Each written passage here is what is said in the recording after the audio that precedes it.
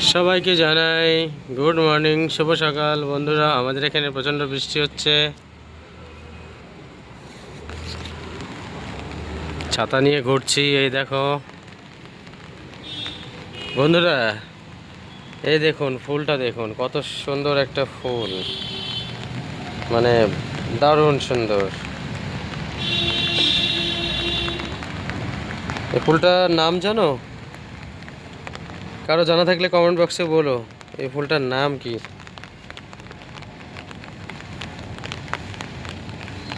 দেখো কত সুন্দর লাগছে, ওয়াও, দারুণ সুন্দর। দেখুন